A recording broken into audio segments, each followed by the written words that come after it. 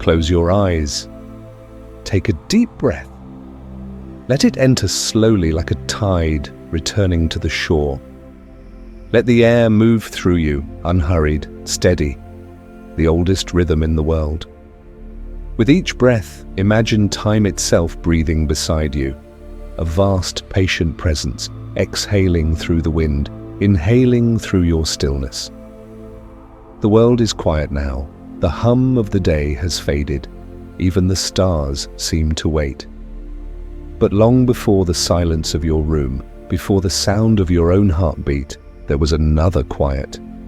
A deeper one, ancient and infinite.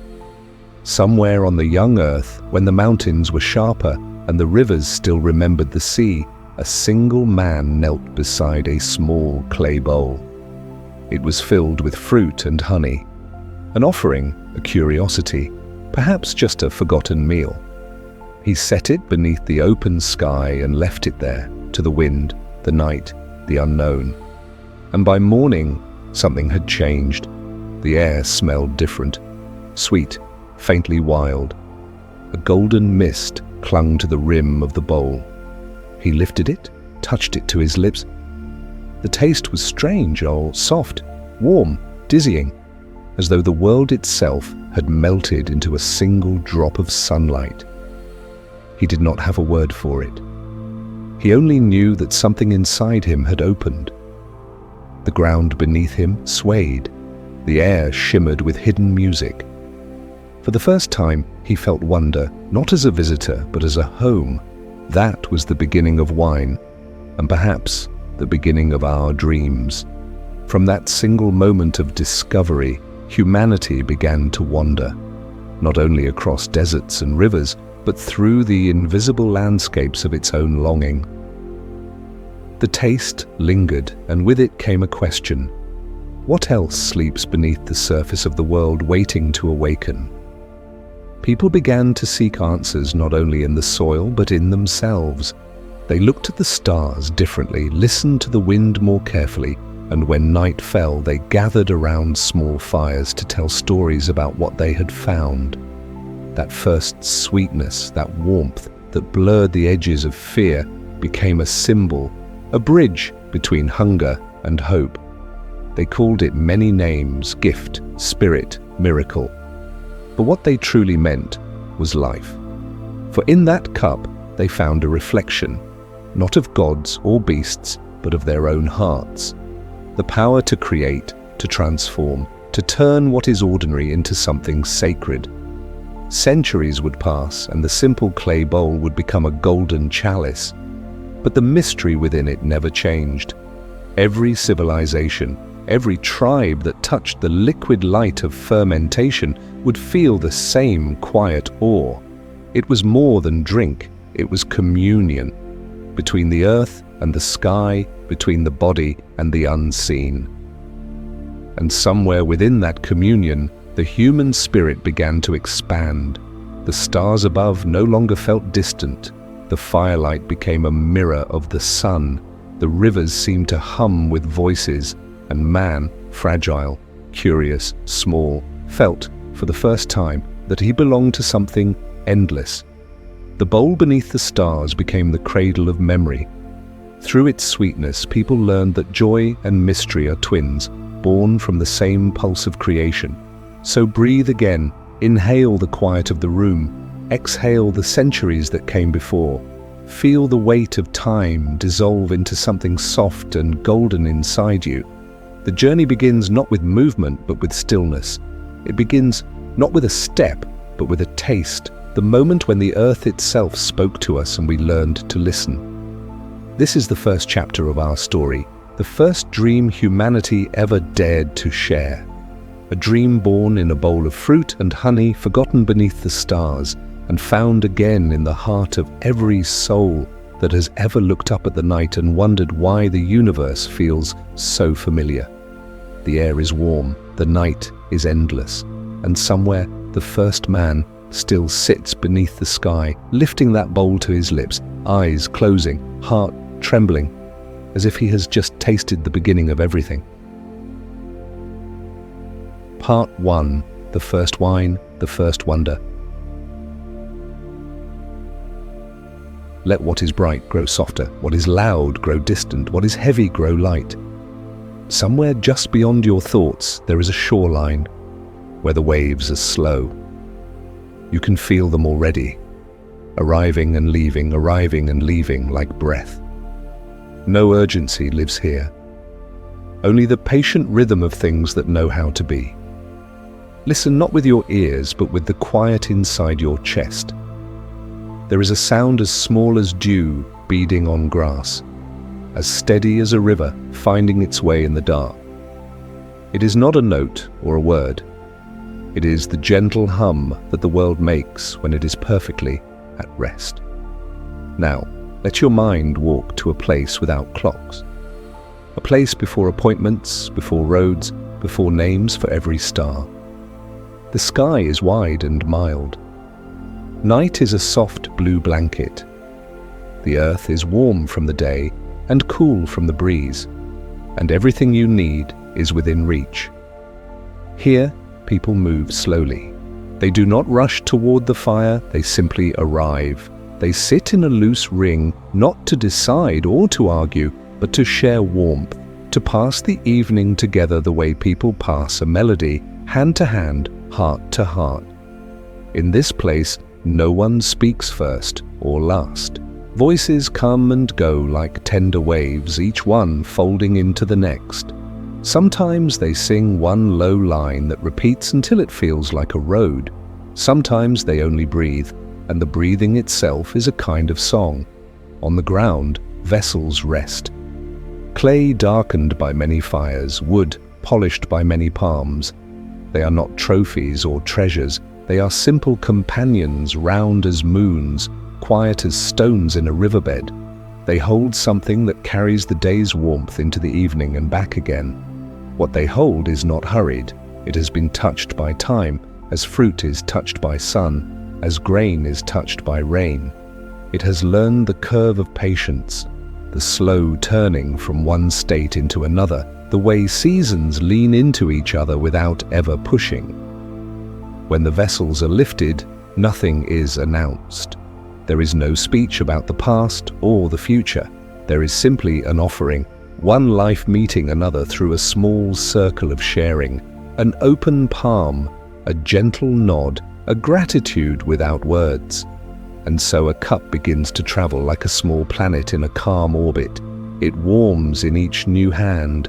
It rises to each patient's mouth. It lingers where the lips meet the quiet. What it carries is not only a taste, sweet and shy, warm and round, but a reminder. The earth knows how to turn what is ordinary into what is generous. No one studies the miracle here. No one pulls it apart to count its secrets. They simply receive it. And by receiving, they join it. And by joining, they remember something older than memory, that they belong. The faces glow, first from the fire, then from the sharing. Laughter is soft because nothing needs to be proven. Stories are simple because nothing must be solved. Silence is welcome because it is part of the song. A child, drowsy with warmth, leans into a shoulder and learns without lesson or lecture that evenings have a shape, a beginning that feels like arriving, a middle that feels like breathing, and an ending that feels like sleep. You can sit among them now. You do not need to know their words. You do not need to carry a single fact. Your breath is your invitation. Your weight upon the earth is an answer already given. The glow reaches you. The circle expands to include you the way a lake makes room for a falling leaf. Somewhere beyond the ring of firelight, the fields rest under the moon. Storks sigh, water trickles, night insects knit a silver lace of sound. The world is exactly as it needs to be. Nothing added, nothing withheld. Time does what it does best. It keeps moving gently. It ripens fruit. It softens husks. It changes what was into what will be without asking anyone to hurry. And the people do what they do best. They keep company with time. They do not chase it. They do not resist it. They sit with it. as one sits with a friend, sometimes speaking, sometimes listening, often content to simply be near. In the bowl that travels, the day's labor is not erased. It is folded into ease. The long walk becomes a soft step. The heavy load becomes a lightness in the shoulders. What pressed inward all afternoon now loosens like a knot dissolving at the pull of water. What is this quiet, this warmth, this gentle widening at the edges of being? Call it rest that arrives before sleep. Call it peace that does not need a reason. Call it the first wonder, not the wonder of thunder and lightning, but the quieter kind, the wonder that lives in things that take their time. In that wonder, people remember the shape of gratitude. It is not a performance. It is not a list. It is a leaning.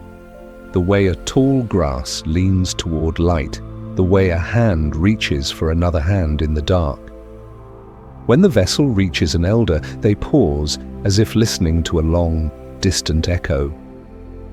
They lift it with two hands as one lifts a sleeping child. They close their eyes for a moment, and in that small stillness they hold the whole day, its small successes, its small sorrows, and let both be welcome. Then they drink, and what was many becomes one for a heartbeat, and what was tense becomes smooth, and the night deepens into the kind that restores. Someone hums a line, no one knows who began it. It moves like the cup, hand to hand, voice to voice. It is not a song about triumph or defeat. It is about the middle things, bread that was enough, shade that arrived just when needed, rain that came and went without complaint. It is a hymn to the ordinary, and so it is holy. On the far edge of the circle, a person sets aside their worries the way one sets aside a heavy cloak. They do not fix them, argue with them, or pin them to the ground. They simply loosen their grip, and the worries slide away on their own. In the warmth that follows, there is a room within the heart where even grief is allowed to sit down. It does not need to hide or harden. It is given a corner, a blanket, a gentle light. It grows quieter, quieter still, until it becomes a kind of gratitude for what has been loved. The night is kind to such shifts. It keeps their secret. It lets transformation happen without applause.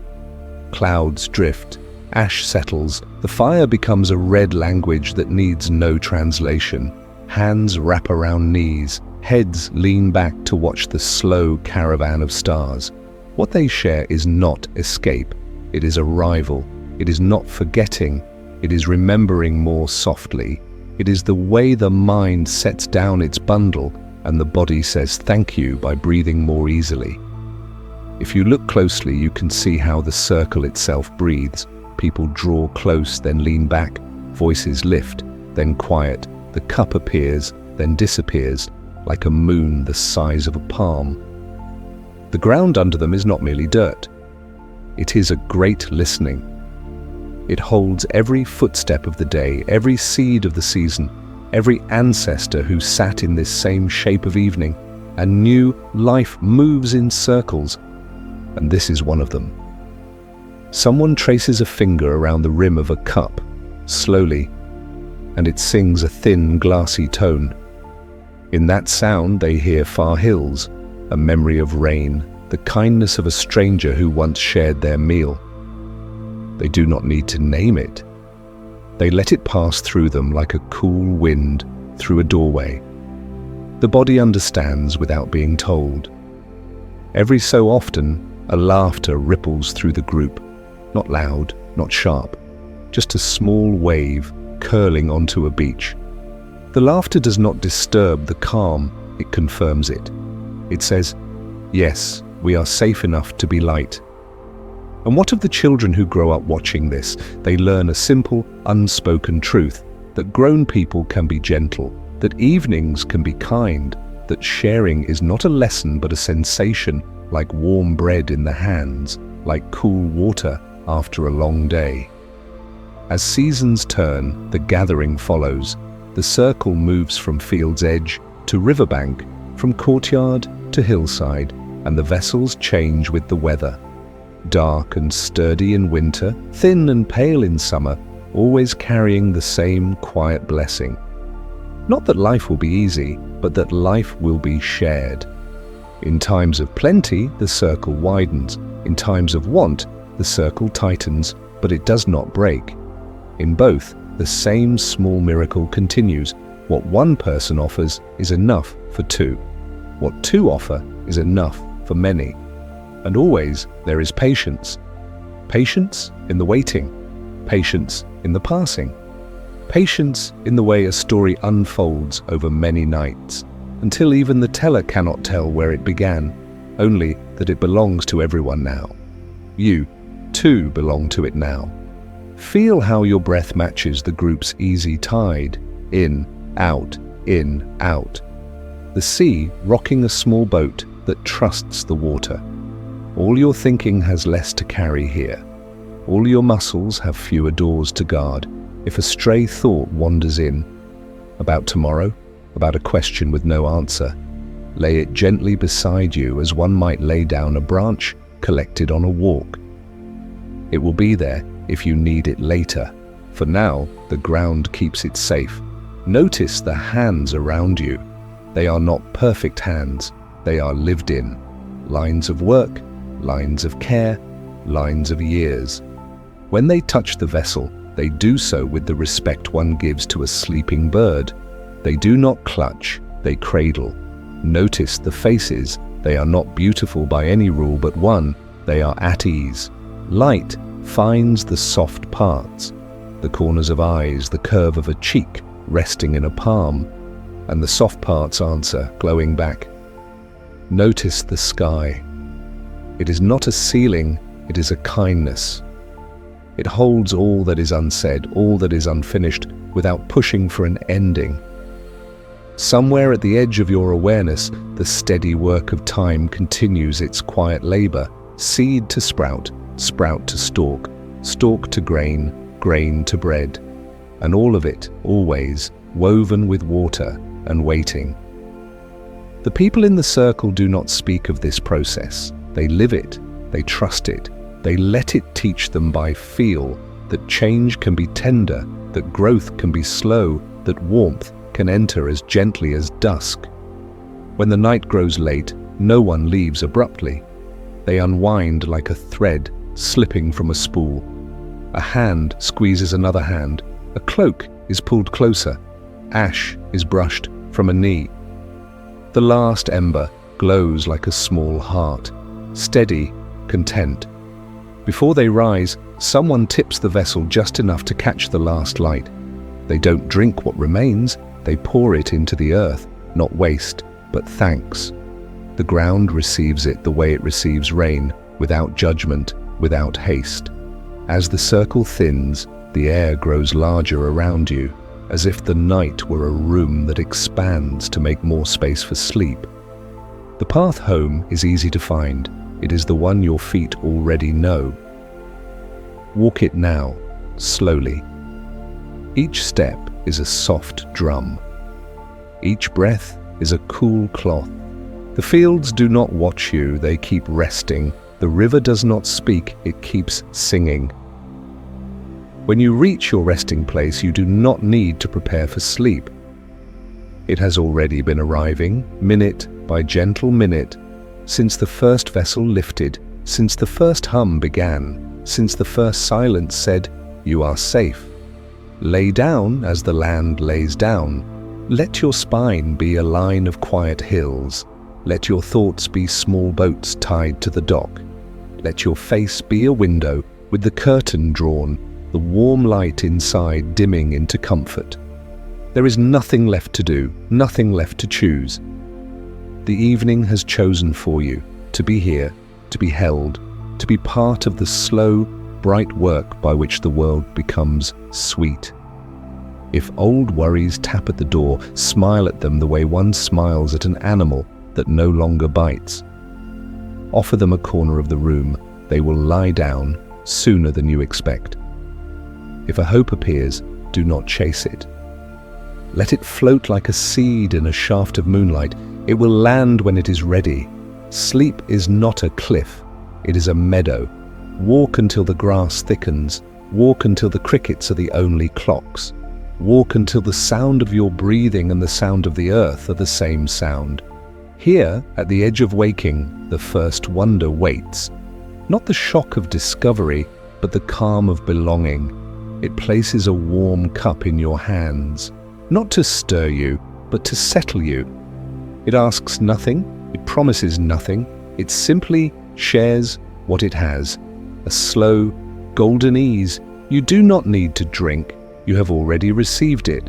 It moves through you the way tide moves through a bay, quiet in, quiet out. Now let it carry you. Let it lift you a little, the way strong water lifts a leaf. Let it lower you again, the way dusk lowers light over a field. What began as gathering becomes rest. What began as sharing becomes sleep. The circle, the vessels, the songs, they keep turning in the great wheel of night, and you, gentle traveler, are turning with them. No need to remember, no need to hold on. The world holds you, the earth keeps you. Time, that generous artisan, will go on transforming everything that asks for nothing. Breathe once more. Feel how soft the body can become when it is not asked to be a shield. Feel how wide the mind can become when it is not asked to be a net. The room is quiet. The sky is kind. The night is whole. And you're already drifting, easy as a cup, traveling hand to hand, sure as a river finding the sea, safe as a candle cupped from the wind. Sleep. Part 2. The voices of the cup. The night deepens, the stars shift slowly over the curve of the earth, and the story drifts from one land to another. Far from the rice fields of the east, beyond the deserts and mountains, another civilization rises from sand and river, Egypt, the kingdom of light and shadow. The golden bowls of Egypt. Imagine standing on the banks of the Nile. The water moves like liquid glass beneath the moon, carrying the scent of lotus and mud, whispering softly against the stone walls of ancient temples. In the distance, torches flicker inside the palace of the pharaoh. There, beneath ceilings painted with suns and stars, golden bowls shimmer, filled not with water, but with a deep red liquid that catches the firelight like living flame. The pharaoh lifts his cup. Priests in white linen chant words older than memory. They believe the gods themselves move through the vapors, that to drink is to let divinity breathe through mortal lips. For them, wine is not indulgence. It is conversation, a secret exchange between heaven and earth. As the pharaoh sips, he is not a man but a bridge between Ra, the burning sun, and the fragile lives that depend on it. In the corner, musicians play soft notes on flutes carved from reed. The air hums with warmth, with reverence, with something almost like love. The cup passes from hand to hand, to the queen, to the priests, to the generals. Each sip a silent offering, each swallow a whisper of eternity. Outside the palace, the city of Thebes sleeps. Farmers dream in their clay houses, children rest beside jars of grain, and the river murmurs, the same rhythm it has always known. In every corner of Egypt, from palace to village, the cup is lifted not for pleasure, but for balance, to remind mortals that life itself is borrowed light, flowing like the Nile, forever leaving, forever returning. The quiet of Chinese altars. Now the story drifts east again, past deserts, over mountains, through clouds, until it reaches the quiet courtyards of ancient China. It is evening. The air is still. Lanterns sway gently in the breeze. On a wooden altar, a small cup of rice wine glows pale in the candlelight. Beside it, there is incense, thin streams of smoke rising toward the stars. This is not a feast. It is a dialogue between generations. between the living and the beyond. In Chinese tradition, wine was never only for celebration, it was a bridge, a soft, fragrant thread connecting those who breathe with those who no longer do. Each drop is a prayer, each aroma a memory of someone once loved. The warmth of the liquid mirrors the warmth of the human heart, which, though it beats and fades, still remembers, still longs, still reaches across time. When a family gathers to pour wine for the ancestors, they pour slowly, carefully, letting the sound of liquid touch the air like music. They bow 3 times, not to worship ghosts, but to honor continuity. To say, "We remember you, and through us, you are still here." It is a scene of silence and tenderness. No voices raised, no laughter. Only the quiet breathing of those who understand that love never truly disappears. Outside, bamboo rustles, crickets sing. The moon hangs low, patient, silver. And somewhere within that stillness, the unseen ancestors smile, sipping from invisible cups, content that they have not been forgotten. The Hellenic Awakening. Time flows again, like the Nile, like the riverway, like the pulse of the earth itself. And from those rivers, we come now to the shining sea of the Aegean, where marble cities rise under blinding sun. This is Greece, land of myth and reason, of poets and philosophers, of laughter and long evenings under the olive trees. Here, too, the cup has found its voice. But the Greeks give it a new name, a name that would echo through centuries: symposium. The word means to drink together, but for them it meant far more. It was not just the act of sharing wine, it was the art of sharing minds. Imagine a warm Athenian night, the lamps flicker, casting golden halos on the stone walls. Men recline on couches draped with woven fabrics, their sandals left at the door. In the center of the room, a table holds clay vessels, each filled with red wine, diluted with cool water from the well. The air smells of figs, oil, and cedar smoke. A young slave moves quietly between guests, refilling cups, listening to the flow of words like music. The gathering is not wild or careless. It is measured, a dance of intellect and emotion. Here sits Socrates barefoot, calm, eyes bright with that strange, eternal fire. Beside him, Plato listens, his mind already weaving the thoughts that will outlive empires.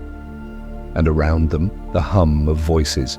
Poets, politicians, soldiers, friends, each speaking, pausing, thinking. They speak of courage, of virtue, of beauty, of love, eros, the force that binds the stars and the human heart alike. As the night deepens, the line between philosophy and poetry blurs. The words flow as the wine flows, and from that union, something new is born. The marriage of rational thought and gentle intoxication. Socrates lifts his cup, and in his quiet, deliberate voice says, "We drink not to forget life, but to understand it." A silence follows, not of awkwardness, but of awe. The words settle like soft dust on the air. Each man feels them sink inward, touching something wordless within. In that moment, the wine becomes something else entirely, not an escape, but a mirror. A mirror held up to the soul, reflecting its light and its darkness alike. The spirit of conversation. Outside, the night hums with the sound of crickets. Beyond the walls of the symposium, Athens sleeps, but within, time stands still. The men talk, not to prove, but to explore. Their laughter is gentle, their disagreements like waves meeting the shore. Even silence has meaning here. A shared pause is as sacred as a shared thought. Each cup refilled is a new beginning. Each sip a quiet invitation. Tell me what you see. Tell me who you are. In the soft flicker of lamplight, the symposium becomes more than a gathering. It becomes a ritual of understanding. The Greeks discover that conversation, like wine, must breathe to live. It must open, unfold, release its fragrance slowly. To rush would spoil it. To force would shatter it. It must flow as water flows, as thought flows, as kindness flows between hearts that listen. The many voices of the cup. Across the world, the cup keeps speaking. In Egypt, it sings hymns to the gods. In China, it whispers to the ancestors. In Greece, it questions the soul. Different tongues, different prayers, but the same rhythm, the same need to connect what is visible with what is unseen. And through that rhythm, the human heart learns something profound. That meaning, like wine, deepens when shared. The Egyptians believed wine carried the breath of the gods. The Chinese believed it carried the memory of the dead. The Greeks believed it carried the truth of the self. And together these beliefs formed a kind of invisible bridge, a bridge made not of stone, but of feeling. To raise a cup was to say, I am alive and I belong to something larger than myself. The stillness between sips. If you listen carefully, you might hear the echo of those gatherings even now. The slow pour of liquid, the hum of voices, the faint music of thought unfolding. And somewhere in that echo, the cup itself seems to speak, not in words, but in rhythm. It says, be still, taste slowly. Let the moment bloom before you. Because every sip, whether from gold, clay, or glass, contains the same essence. Time transformed. The patience of harvest, the hands of the maker, the quiet waiting for fermentation, and the choice to share it rather than keep it. To drink, then, is to honor all the unseen labor behind sweetness. The farmer, the vintner, the potter, the server. Each has left a trace of life within the cup. And when you lift it, you lift the weight of their care, their love, their silence. Return to the present silence. Now the scene fades. The laughter of Athens grows distant. The flutes of Egypt fall quiet. The incense of China drifts away like mist. All that remains is the echo of breathing, soft, even, endless. The cup, once full, now rests empty on the table. But even emptiness has its music. It hums softly, a reminder that what is gone is not lost, only changed. Somewhere the Nile still glitters. Somewhere a candle still burns beside a family altar. Somewhere a philosopher still turns his cup in the light, wondering what truth might float in its reflection. The story continues, the wine flows, and you, listening now, are part of that same current, the slow, eternal conversation of the human spirit. Breathe gently. Inhale through the nose, exhale through the mouth. You have traveled across time, from river to temple, from altar to symposium. You have watched empires rise and fade, and through it all, the cup has remained. A vessel of memory, of longing, of understanding. Let that thought rest in you like the warmth of wine spreading through the chest.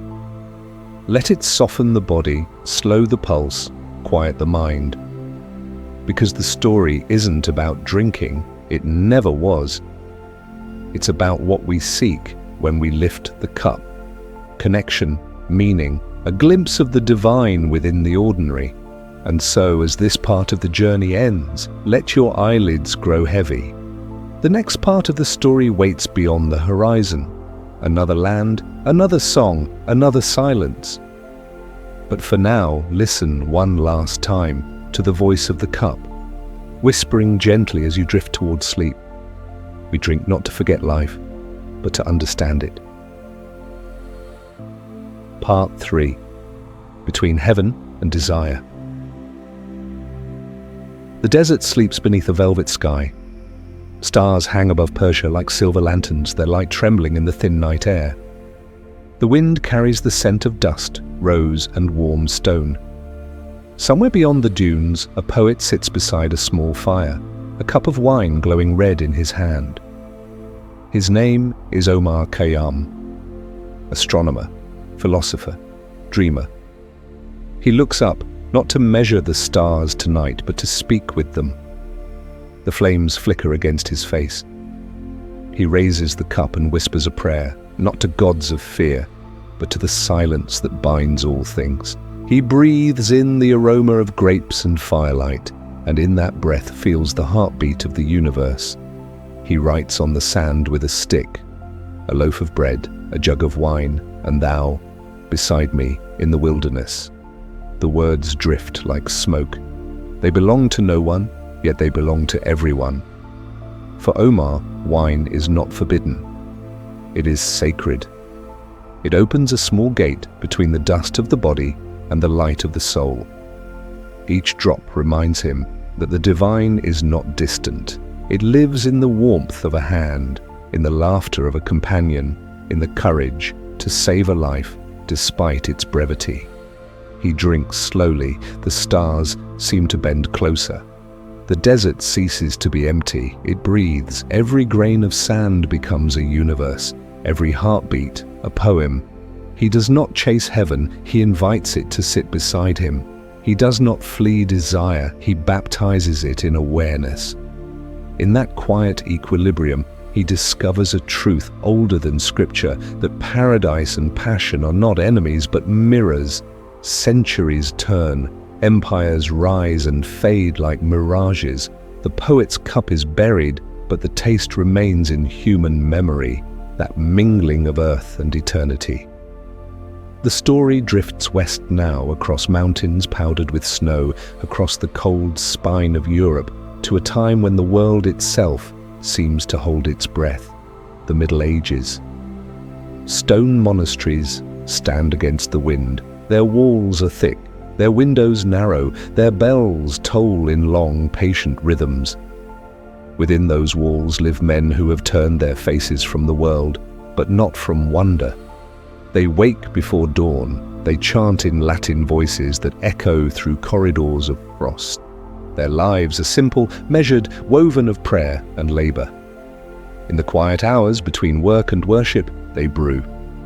Not wine now, but ale, dark, steady, nourishing. They call it liquid bread. It is their food, their comfort, their art. In a world where famine and plague walk side by side, a sip of that thick, warm drink is a promise that life still has sweetness. Imagine one of them. Brother Matthias bent over a wooden vat.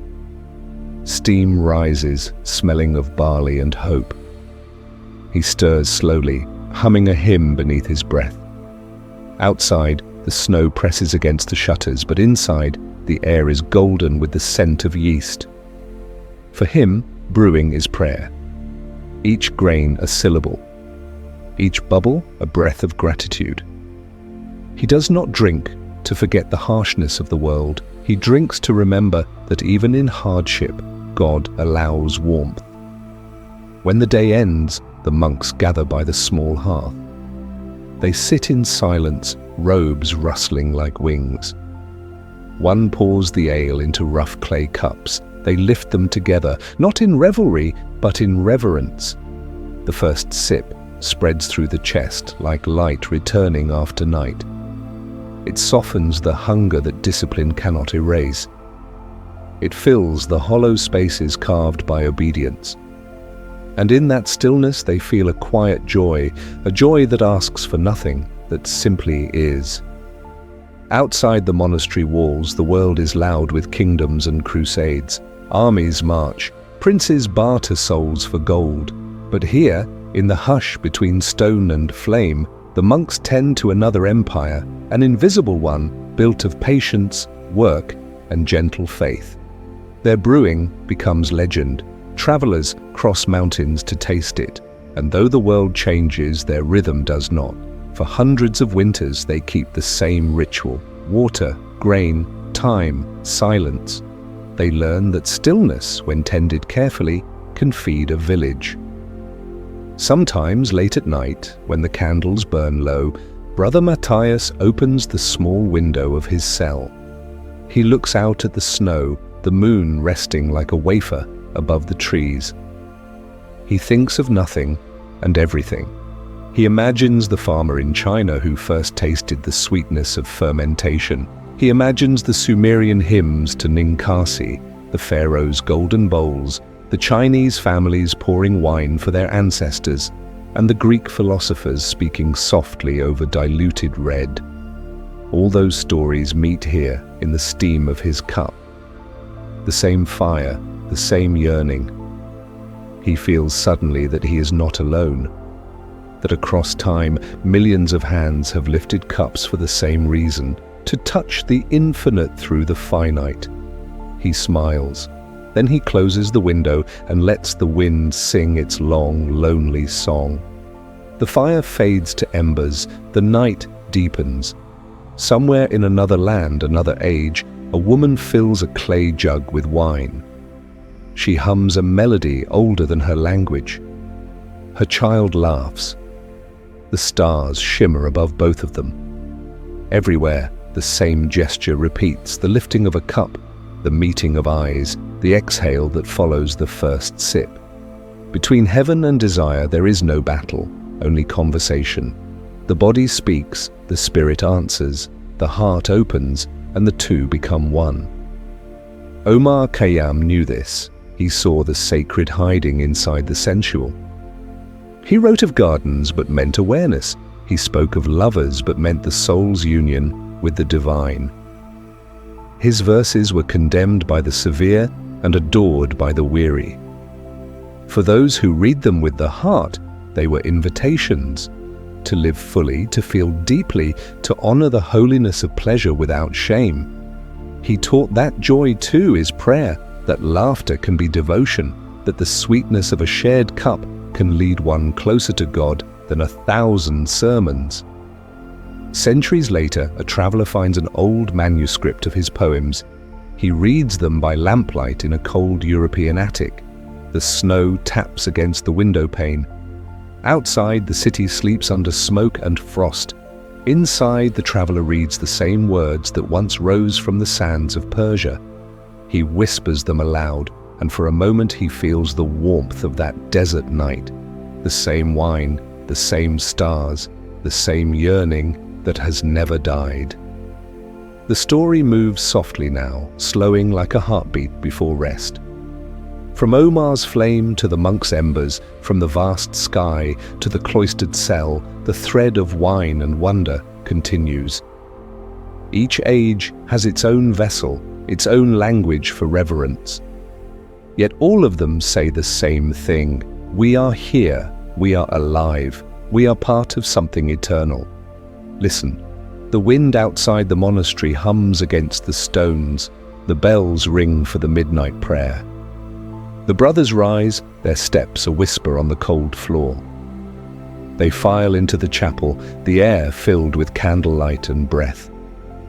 Their voices rise, low, steady, weaving through the arches. It is not song, not speech, but something in between. It is the sound of humanity seeking harmony with creation. In the small kitchen beyond the chapel, the ale continues to cool. Its surface trembles slightly as the wind sighs through the cracks. It waits, patient, unfinished. Like every soul, it ferments slowly toward clarity. Outside, the world turns. Somewhere far away, in another century, people will call this drink craft, art, industry. But here now it is still a prayer, a humble offering to the mystery that transforms grain into sweetness, labor into peace, life into spirit. The narrator's voice softens, almost a whisper. And so, under Persian skies and within European stone, between heaven and desire, the same flame burns. It does not roar, it glows, it does not consume, it warms. It is the fire that began in that forgotten bowl beneath the stars, when humanity first tasted its own capacity for wonder. From that moment onward, every act of creation, every song, every poem, every cup raised in silence, has been a continuation of that first awakening. Let that thought settle inside you now. Breathe in, breathe out. The night is wide, the stars are kind. You are part of the same story, ancient, patient, alive. Somewhere within you the same spark flickers, the same warmth spreads, the same quiet joy waits to be tasted. Rest with it. Let the noise of the day fall away. Let the body grow heavy, the mind light. Between heaven and desire, there is only breath. And in that breath, everything finds peace. Sleep, traveler. The fire will keep burning, the stars will keep watch, and the story will continue, softly, endlessly, within you. Part 4. Cleopatra's Moon. The air grows warmer, the sands of time shimmer once again, and the tide of history carries you back to the Nile. The river glides like black glass beneath the moon. Palm trees lean toward its silver current, their reflections trembling in the dark. Far away, a lone flute drifts over the water, a note so soft it seems to come from the stars themselves. It is Egypt, the same land of gods and sun, but now it belongs to one woman, Cleopatra, last of the Ptolemies, daughter of both Greece and Africa, a queen whose voice could bend the will of empires. The Queen of the Two Lights. In the cool corridors of her palace at Alexandria, lamps flicker like captured suns. The marble walls breathe jasmine and myrrh. Servants move in silence, their footsteps softened by carpets dyed in Tyrian purple. Cleopatra sits before a mirror of polished bronze. Behind her, the sea sighs against the harbour stones. Her hair is dark as ink. Gold dust shimmers across her shoulders. She lifts a vial of oil and lets it spill, drop by drop, onto her wrists, the fragrance of blue lotus, the flower of dreams. Outside, the night waits, alive with possibility. The Empire of Rome watches too, its legions restless beyond the horizon. But within these walls, time pauses, as if even eternity must catch its breath before beauty. The meeting. A messenger enters. He bows low, his voice trembling. He brings word. Mark Antony has arrived. The queen does not hurry. She moves like water, each step deliberate, each gesture wrapped in silence. When she enters the great hall, the torches flare higher, as though light itself recognizes her. Antony stands by the columns, a soldier forged by 1,000 wars, bronzed by sun and victory. His armor gleams, but his eyes are weary of conquest. For a moment, they simply look at one another. No herald announces them. No words cross the space between. Two worlds meet, the disciplined steel of Rome and the soft, impossible magic of Egypt. She inclines her head. He bows slightly, the gesture of a warrior before a god. When he speaks, his voice is low. When I left Rome, I believed I had seen power, he says. Now I see only wonder. Cleopatra smiles, not as a woman smiles, but as a moon might when clouds finally part. The banquet of breath and light. That night they dine together. Silver plates shimmer with figs and honey. Wine glows like melted rubies. Incense curls upward in slow ribbons, painting invisible prayers on the air. Musicians play softly, harps and drums, flutes that sound like wind over sand. The rhythm is slow, hypnotic. Every sound, every color seems to move in time with the human heart. They speak little. Words would be clumsy in a night made of music and perfume. Instead, they share silence. A silence so full, it feels alive. When their eyes meet, something ancient stirs. The same fire that burned in the first jar of wine, in the first lovers who touched beneath forgotten stars. The servants withdraw, the hall empties. Only the torches remain, their flames reflected in the polished floors like small suns. Cleopatra lifts her cup. Antony does the same. And for an instant, the universe seems to balance.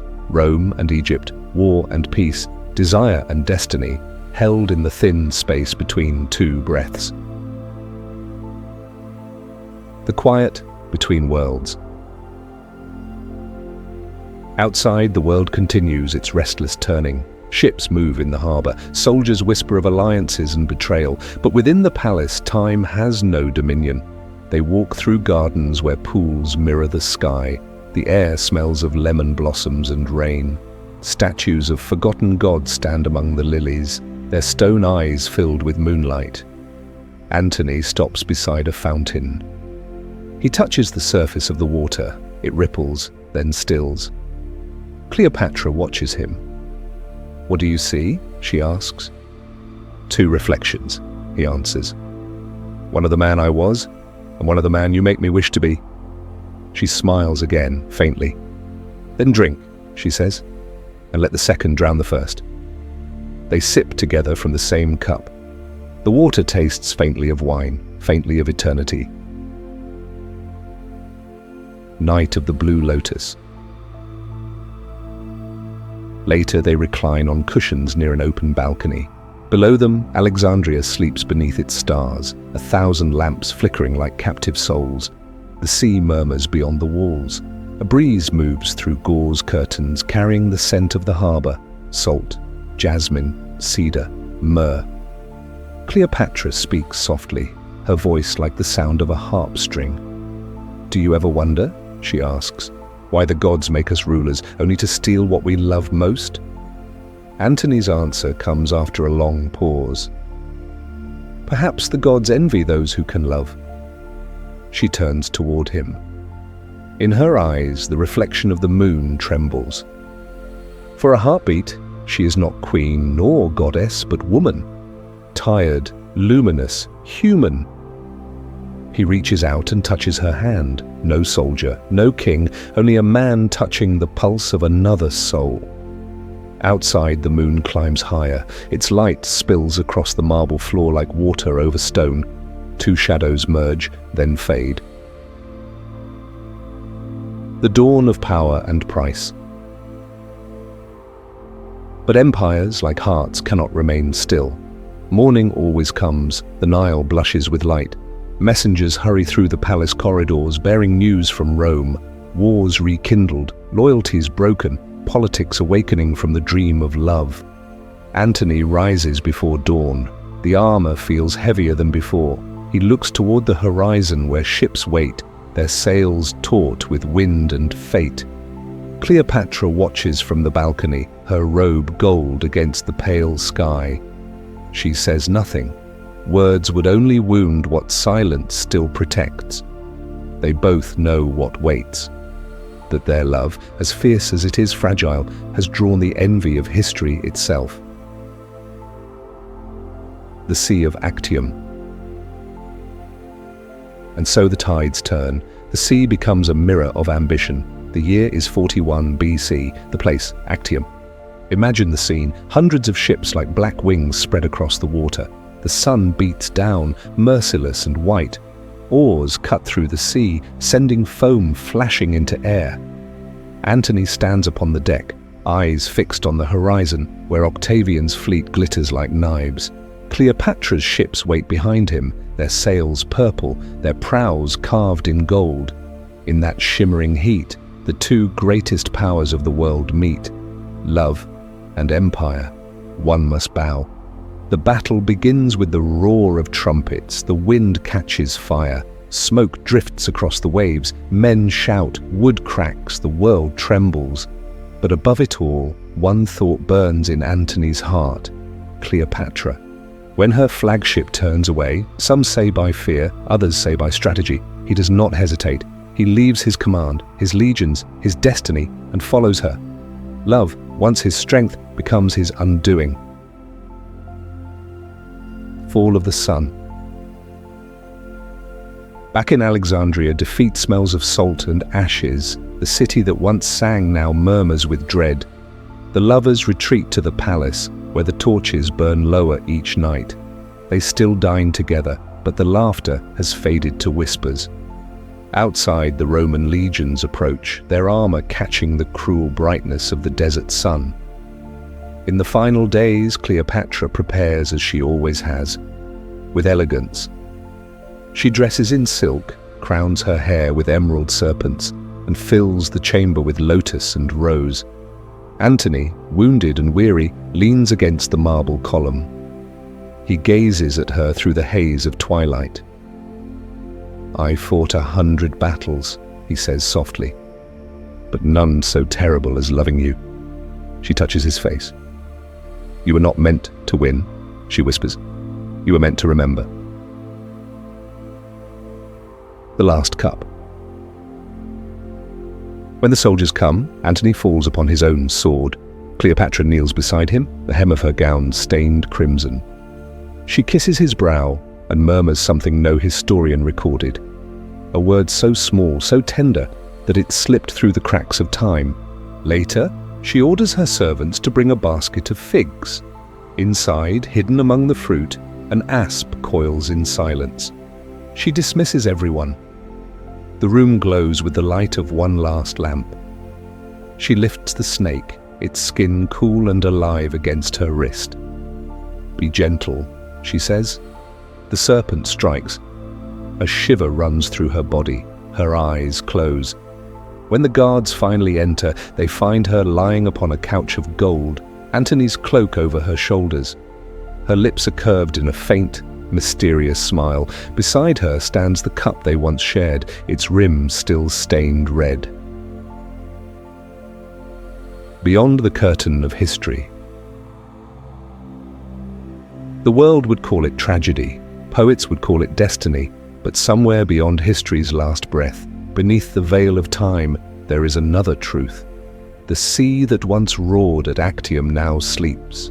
The ruins of Alexandria crumble, their stones warm under the same eternal sun. Yet if you listen closely on nights when the moon is full, you can almost hear laughter, faint, distant, like the echo of a forgotten feast. Perhaps it is theirs. Perhaps the soul remembers what the world forgets.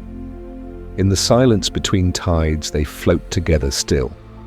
Two lights joined in endless orbit, the queen and the soldier, the dream and the dreamer. Their story no longer belongs to scholars or empires. It belongs to the wind, to the sea, to the hearts of those who still believe that love can outlast power. The eternal moon. And now, as the narration softens, imagine the moon that watched them. It has not changed. It still rises from the same horizon, still lays its silver path across the Nile, still waits above the ruins for someone to look up. The same moon watches you now. Its light touches your face, the same way it touched Cleopatra's. It does not judge. It only glows, patient, forgiving, endless. Under that light, all stories are one story, all hearts one heartbeat. Empires rise and fall, but the moon remains, the witness of everything that ever loved or died or dared. So breathe softly, let the noise fade, let the centuries fall away like dust. You are standing once more beside that quiet sea. You can feel the warm air against your skin, the whisper of the tide, the faint perfume of jasmine carried on the wind. Somewhere beyond the dunes, two shadows move together, their outlines blurred by moonlight. They turn toward one another, and in their silence there is peace. They no longer need crowns or armies or words. They are simply two souls, weightless as light, drifting forever beneath the calm face of eternity. But the world sleeps. The river glides, the moon keeps its watch. And as you listen, you may feel your own heartbeat slow to match the rhythm of the Nile, calm, steady, eternal. For love, like the river, has no ending, only return. And so, under Cleopatra's moon, the story closes its eyes and drifts into quiet forever. Sleep, traveler. You are safe beneath the same sky. You are part of the same endless story. Part 5. Alexander's Dream. The moon changes shape. Its silver edge thins, then swells again, a pulse of light upon the dark sea of time. You drift eastward, beyond Rome's marble, beyond Egypt's perfume, toward the rugged lands where mountains lean against the stars. The air is sharp with cedar and wind. The ground smells of dust and legend. A lone rider moves through the twilight. His cloak flutters like a comet's tail, and his horse breathes clouds into the chill. He is Alexander, son of Philip, child of thunder and ambition. But tonight he is simply a young man riding beneath the endless sky. He dreams of uniting the world, not through cruelty but through wonder. He wishes to stitch together the broken edges of the earth into one great tapestry of light. The boy who spoke to stars. Even as a child, he looked upward more than forward. While others trained their arms, he trained his vision. He would watch the constellations drift across the Macedonian sky and ask questions that no teacher could answer. "Why do the stars never tire?" he asked once. "Because they burn with purpose," his mother replied. Purpose. That word stayed with him like an ember. As years unfolded, he learned the art of war, the weight of command, the silence of power. But beneath the armor, the boy who spoke to stars still lived, curious, restless, awake. When he first took his father's throne, he was barely more than 20. Yet within him pulsed a certainty that destiny itself was calling his name. He felt that the world was not meant to remain divided, that every mountain, every sea, every people were fragments of one great being waiting to be rejoined. And so he rode across the edges of the earth, through deserts where wind carved songs from the sand, across mountains that glittered with frost and moonlight, through cities older than memory, whose gates opened not from fear, but from awe. His armies followed, thousands of men bound by loyalty, some by love, some by longing for the impossible. At night, they camped under open skies. The fires glowed red in the distance like fallen stars. They sang of home, of mothers, of gods. But Alexander stayed awake, eyes lifted toward the constellations. He no longer dreamed of victory. He dreamed of comprehension. He wanted to know what lay beyond the horizon, not merely to claim it, but to touch it, to feel the heartbeat of the world beneath his hand. When he crossed the great deserts of Persia, his men faltered. The sun burned like judgment, their lips cracked, their thoughts turned to despair. But Alexander pressed forward, his gaze fixed on the faint shimmer in the distance that might have been a mirage or a promise. "Why do we continue?" one soldier asked. Alexander smiled faintly. "Because the gods still have more to show us." And so they continued. Tent of stillness. In the quiet evenings of that long campaign, the young king would sit alone in his tent. Maps lay scattered before him, ink still damp from the day's planning. But his mind wandered beyond the borders drawn by men. Outside, the desert cooled. The wind moved softly through the camp, carrying the scent of smoke and sweat, the murmurs of soldiers half asleep. He would lift his cup of wine and listen, to the fire crackling, to the horses shifting in the dark, to the silence that spoke louder than command. Sometimes he would think of his teacher, Aristotle, and the words he had once spoken. "To know yourself is the beginning of all wisdom." Alexander would smile. He had crossed half the world, and still he was only beginning to know himself. Roxana. One evening in the highlands of Bactria, he entered a hall filled with lamplight and murmuring drums. There he saw her, Roxana, daughter of a Persian noble, eyes dark as midnight over water. The room fell away, the wars, the banners, the noise of history, all dissolved into stillness. When she spoke, her voice was the sound of silk drawn slowly through air. He felt the weight of every campaign lift from his shoulders.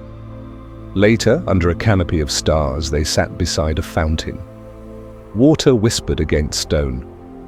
He told her of his dreams, not of conquest, but of union, of a world where East and West might meet and call each other by name. She listened without fear.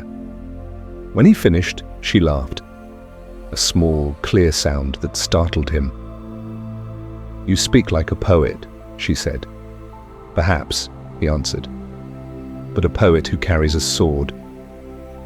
Their laughter mingled with the murmur of the fountain, and for the first time in many years, Alexander forgot the word destiny. He remembered instead the word belonging. The mirror and the fire.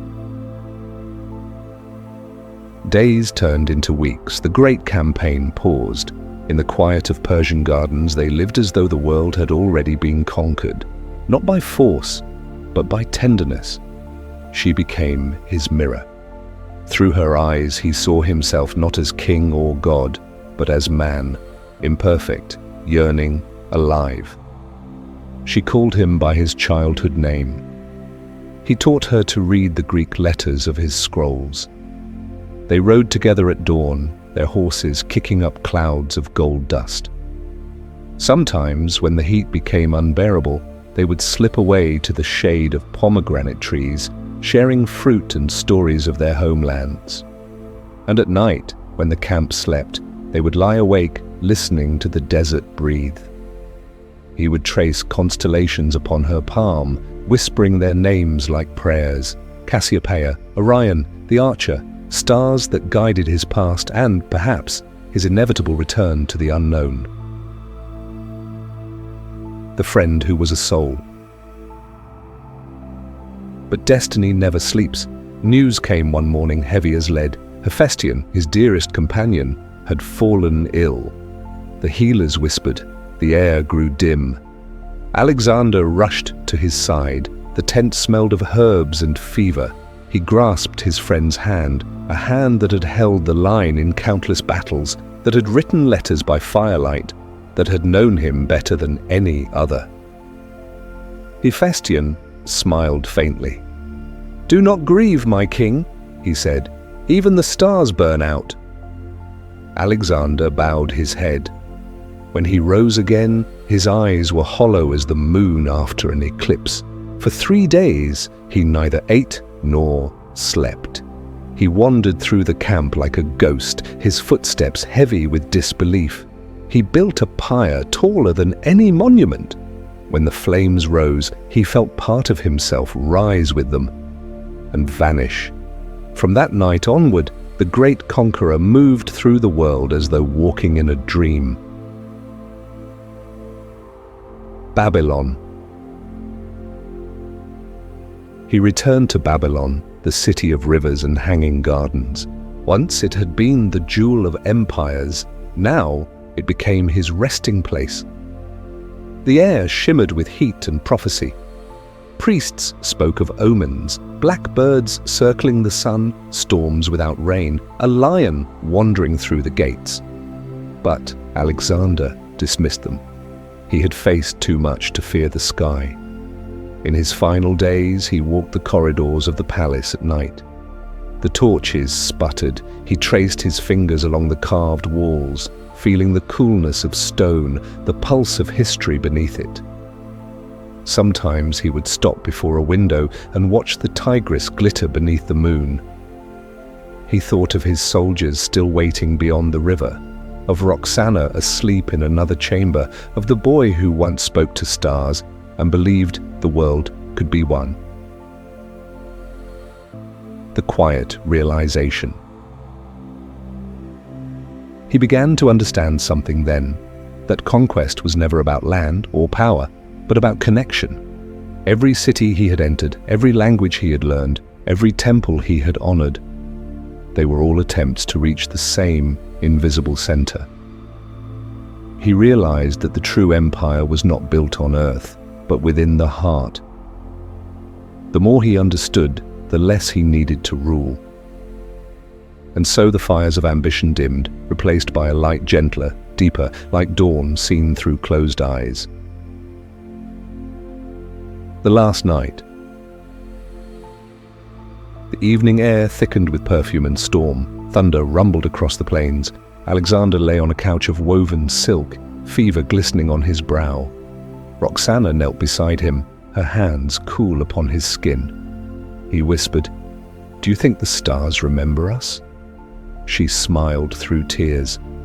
Perhaps they never forgot. He closed his eyes. Outside, lightning flashed, turning the palace walls into mirrors of gold. In that moment, the line between dream and waking blurred. He felt himself lifted, not in body, but in being, carried through corridors of light toward the horizon he had sought all his life. History tells us he died young, but perhaps he did not die. Perhaps he simply walked into the dream he had been chasing since boyhood, the dream of unity, of understanding, of peace. The sleep of kings. They say his body was placed in a golden coffin, surrounded by flowers and flame, but others whisper that on certain nights in Babylon, when the wind passes through the broken gates, you can hear the echo of hooves. A rider moving toward the east, toward the edge of dawn. No army follows, no banners fly. Only the sound of breath, steady and calm, and the faint rhythm of a heart that never ceased to dream. Perhaps he rides still beneath unseen stars, across fields that belong to no kingdom. Perhaps he has finally reached the place where every road ends and begins again, a horizon made of peace. Epilogue. The dream continues. The moon drifts lower now. Its reflection ripples across invisible rivers. The story quiets, settling like dust after a long journey. You see him one last time. The young king, the seeker, the dreamer. He turns in the saddle, glancing over his shoulder as if to meet your gaze. In his eyes, the whole world gleams. Mountains, deserts, oceans, faces, all that he ever loved, all that he ever sought. He smiles, and then he is gone, folded into the vastness he once called destiny. The stars close around him like hands. The wind hums a lullaby in a language older than time. And somewhere, in the stillness between heaven and earth, a whisper remains. The world is one, and I am home. The night grows quiet. The moon softens to silver haze. You feel the rhythm of your own breathing merge with the slow heartbeat of the universe. In this stillness, you too are riding beneath unseen stars. You too are crossing the deserts of your own mind, searching not to conquer but to understand. Let that understanding cradle you now. Let it lull you into calm. For the dream that carried Alexander carries all who seek meaning in the vastness, and somewhere beyond waking, he rides still, a figure of light on an endless plain, dreaming the world into oneness. Sleep now. You are part of his dream, and his dream is peace. Part 6. Rome and the Rhythm of Discipline.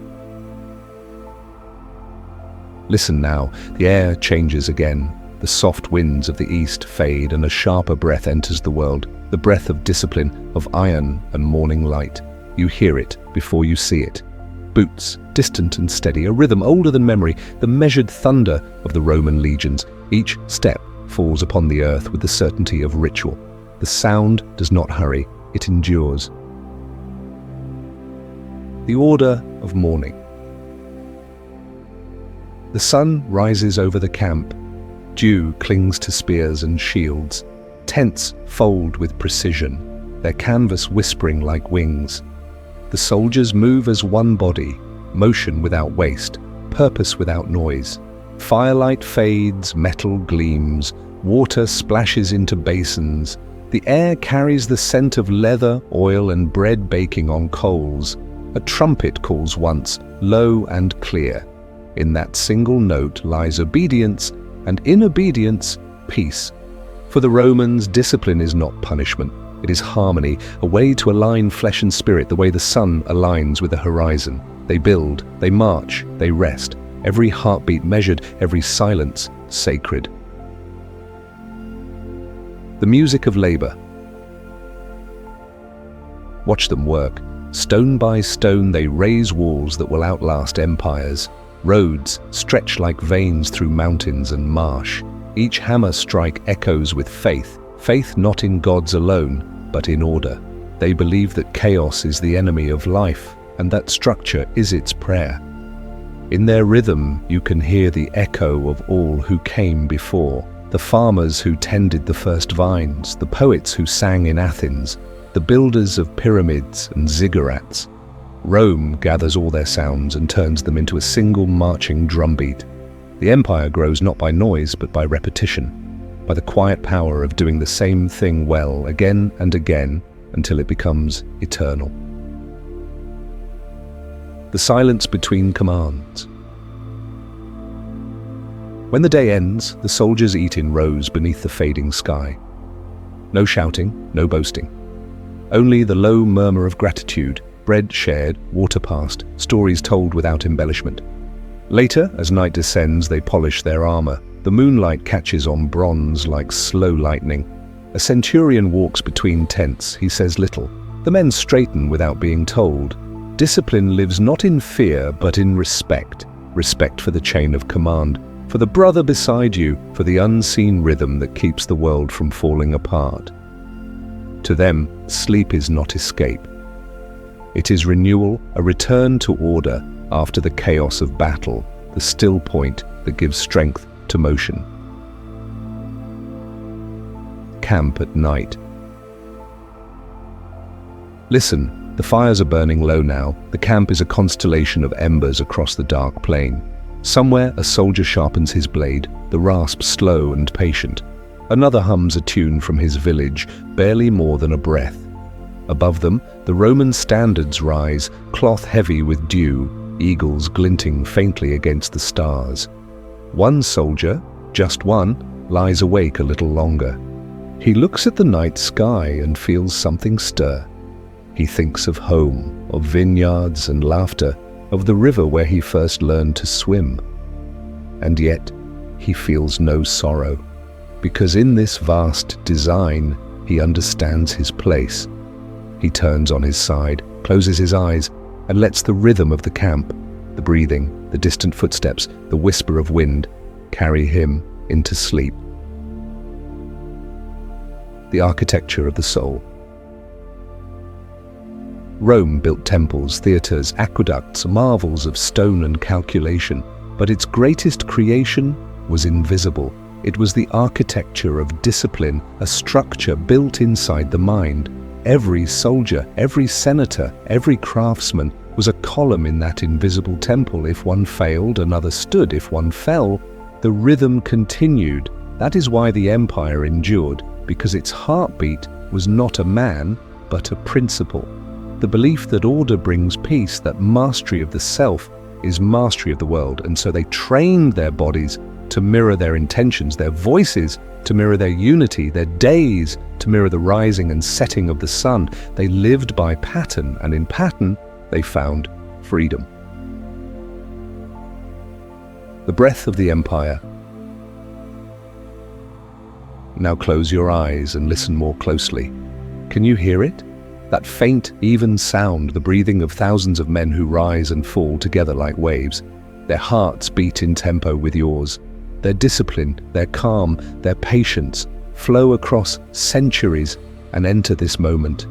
You are breathing with Rome now. Your pulse joins the ancient rhythm, steady, deliberate, alive.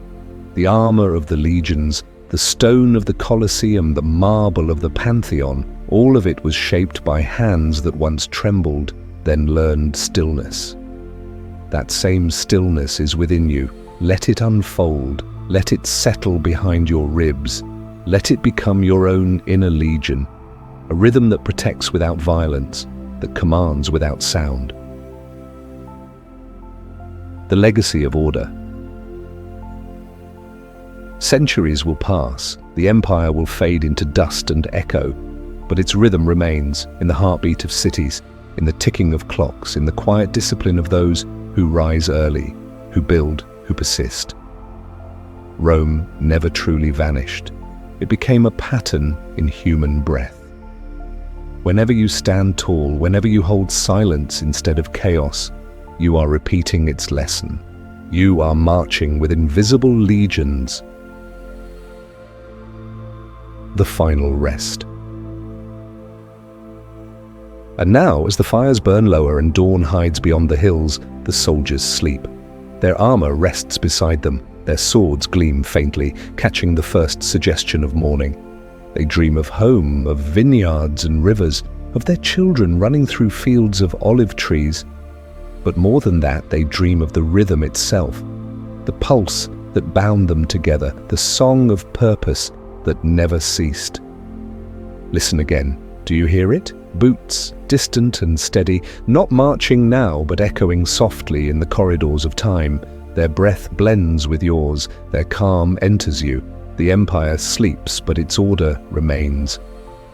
A slow, enduring heartbeat beneath the noise of the world. And as you rest, you carry that rhythm forward. Your body becomes the drum, your breath the anthem. Discipline turns to peace. Effort turns to ease. Noise turns to silence. Sleep now, steady as the legions, calm as the dawn, strong as the rhythm that once held an empire together. Epilogue: the stillness of the world. Now the world is quiet again. The noise of empires fades into dust. The voices of kings and poets, soldiers and saints, drift away like smoke dissolving into sky. The farmers have laid down their tools, the monks have closed their books, the lovers sleep, their hands still touching. The soldiers breathe softly in their tents. Every life, every century has found its way back to silence. The cup has been emptied, the fires have turned to embers, small red hearts pulsing faintly in the dark. The wind moves gently through the ashes, and even time seems to pause, as if the universe itself exhales. You have traveled far, through deserts and temples, through gardens and battlefields, through the sweetness and the sorrow of being human. You have seen love rise and fall, cities bloom and crumble, dreamers wake and dream again.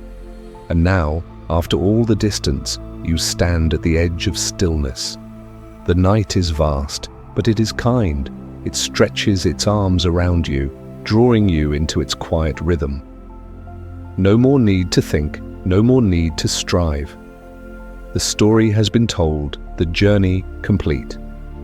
Let your breath fall gently in and out, as steady as the turning of the earth. Feel the weight of your body settle, the way mountains settle after rain. Feel the thoughts slow like leaves drifting down a calm river. Because somewhere beyond this silence, in the endless circle of history, another dawn will rise. Children will open their eyes, the wind will stir the fields, and the world will begin again. But not tonight. Tonight belongs to rest. Tonight, the stars keep watch over every heart that dares to be still. The universe closes its eyes, and in that gesture, it invites you to do the same. Let the last traces of sound fade. Let the body grow light, the mind drift like dust in morning light. You are no longer traveling. You are home. Sleep well, traveler of ages. The story continues without hurry, and when you wake, the world will be waiting. Quiet, renewed, ready to begin again.